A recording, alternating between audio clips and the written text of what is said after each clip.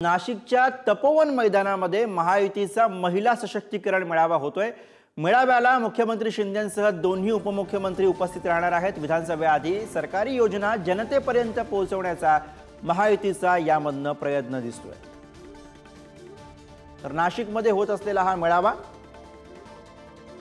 आणि याविषयी आपण अधिक बोलूयात। प्रतिनिधी किरण टाचणे सध्या नाशिकहून आपल्या सोबत आहेत।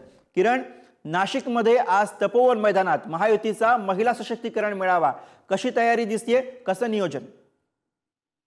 जोरदार तयारी गुरु या ठिकाणी करण्यात आलेली आहे। नाशिकचं तपोवन मैदान जे लाखोंच्या सभा या ठिकाणी पार पडतात त्या मैदानावर खरं म्हणजे महिला सशक्तीकरण मेळावा हा पार पडतोय आणि या मेळाव्यासाठी राज्यातील मंत्री नेते उपस्थित असणार आहे। मुख्यमंत्री आणि दोन्ही उपमुख्यमंत्री यांच्या प्रमुख उपस्थितीमध्ये हा सोहळा पार पडतोय, मेळावा पार पडतोय आणि यासाठी विशेषतः महिलांची मोठी संख्या असेल अशा स्वरूपाची माहिती पालकमंत्री दादा भुसे यांनी दिलेली होती आणि या सगळ्या अनुषंगाने जोरदार तयारी करण्यात आलेली आहे।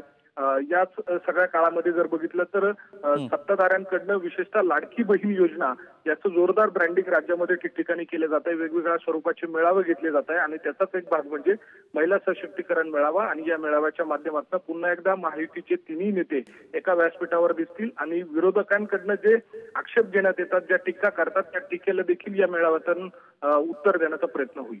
बरोबर आहे। त्यामुळे नाशिकमध्ये आज या मेळाव्याच्या माध्यमातून पुन्हा एकदा मुख्यमंत्री आणि दोन्ही उपमुख्यमंत्री एकाच व्यासपीठावरती दिसणार आहेत। धन्यवाद किरण या सगळ्या सविस्तर माहितीसाठी।